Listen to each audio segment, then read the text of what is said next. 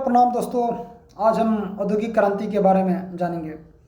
औद्योगिक क्रांति शब्द ऑगस्टे वलाक्वी एक फ्रांसीसी अर्थशास्त्री द्वारा गढ़ा गया था। जो औद्योगिक क्रांति शब्द था वो ऑगस्टे वलाक्वी एक फ्रांसीसी अर्थशास्त्री द्वारा गढ़ा गया था। यूरोप में एक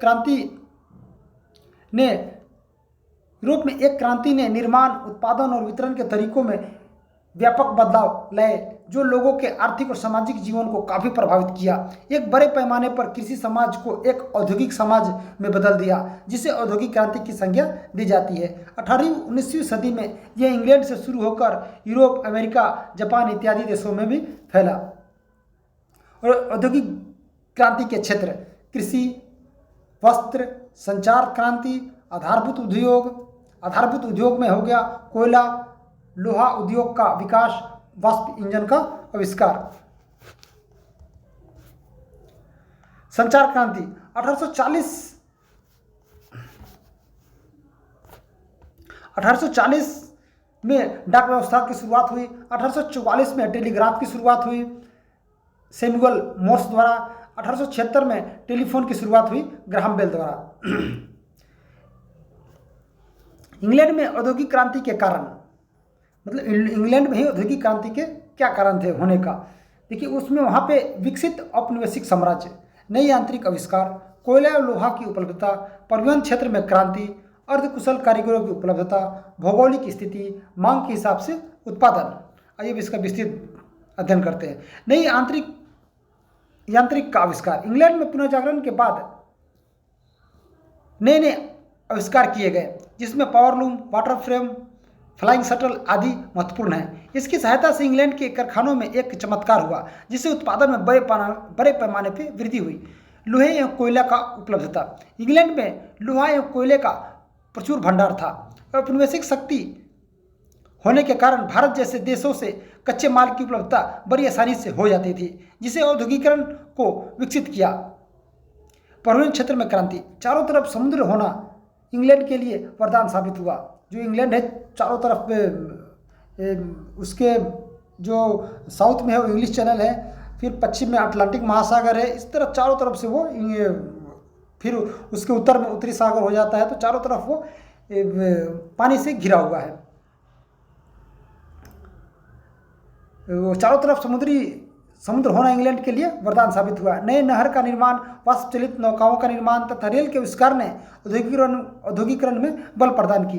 अर्धकुशल कारीगरों की उपलब्धता। जनसंख्या में वृद्धि के कारण उसे अर्धकुशल एवं सस्ते दर पर श्रमिक मिल जाते थे, जिसका दोहन वहाँ के पूंजीपतियों ने किया। महिलाओं और बच्चों से भी कम पगार पर कार्य कराया जाता था। भौगोलिक अवस्थिति।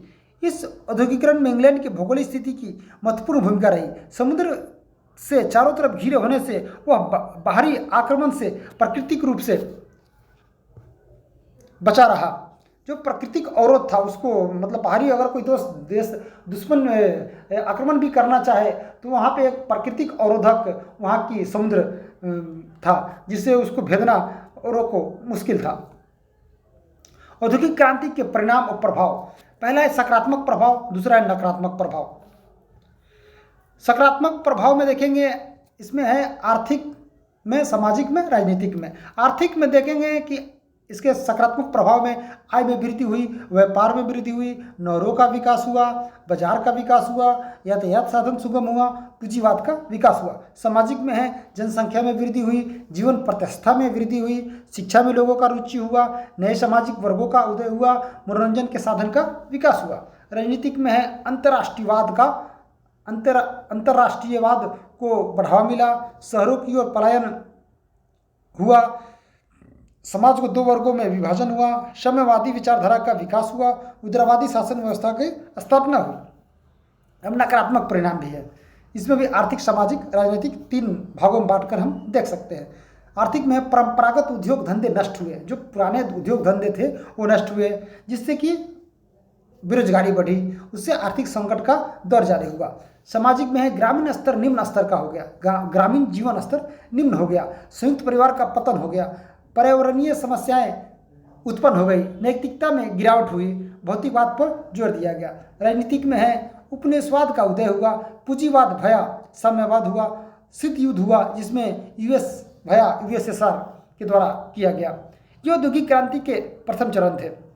द्वितीय औद्योगिक क्रांति, बिजली और रेलवे के इस्तेमाल पर काफ़ी जोर दिया गया। बिजली चलित कारखाने उत्पादन में भारी वृद्धि हुई। यूएसए, जापान सर्वाधिक तेज गति से विकसित हुए। तृतीय औद्योगिक क्रांति जो 1990 के बाद हुआ, इसमें कंप्यूटर और सूचना के साथ संचार क्रांति का विकास हुआ। इंटरनेट और मोबाइल का प्रयोग हुआ। दुनिया ग्लोबल गांव में बदल गई। चतुर्थ औद्योगिक क्रांति, इसकी शुरुआत जर्मनी से हुई, जिसमें आर्टिफिशियल इंटेलिजेंस कृत्रिम बुद्धिमत्ता का प्रयोग हुआ। बिग डाटा विश्लेषण हुआ। 5G इंटरनेट सेवा की सुबगाहट हुई। ब्लॉकचेन का निर्माण किया गया। भारत में औद्योगिक क्रांति का प्रभाव, प्रथम और द्वितीय औद्योगिक क्रांति के समय भारत गुलाम देश था, इसलिए भारत को फायदा कम नुकसान ज़्यादा हुआ। घरेलू उद्योग धंधे नष्ट हो गए। कुछ महत्वपूर्ण आविष्कार, 1853 में रेल और डाक की शुरुआत हुई। 1854 में मुंबई में कपड़ा मिल का कारखाना स्थापित हुआ। 1907 में पहला इस्पात कारखाना जमशेदपुर में बना। 1932 में पहला चीनी मिल मठौरा सारण बिहार में बनाया गया।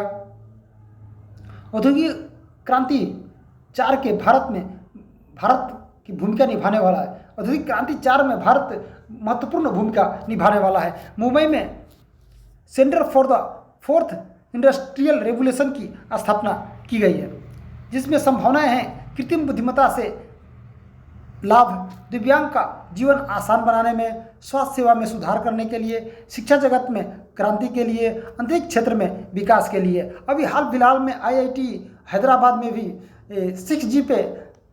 6G पे कार्य शुरू हो चुका है। यह क्रांति इंग्लैंड में ही क्यों हुई? इंग्लैंड की भौगोलिक स्थिति ऐसी थी। नए आविष्कार की भूमिका, औपनिवेशिक साम्राज्य की भूमिका, लोगों का गांव से शहरों की ओर पलायन, लोहे और कोयले के खाने पास होना, बैंकिंग तंत्र विकसित हुआ, अर्धकुशल श्रमिकों की उपलब्धता, इंग्लैंड की मजबूत नौसेना। धन्यवाद।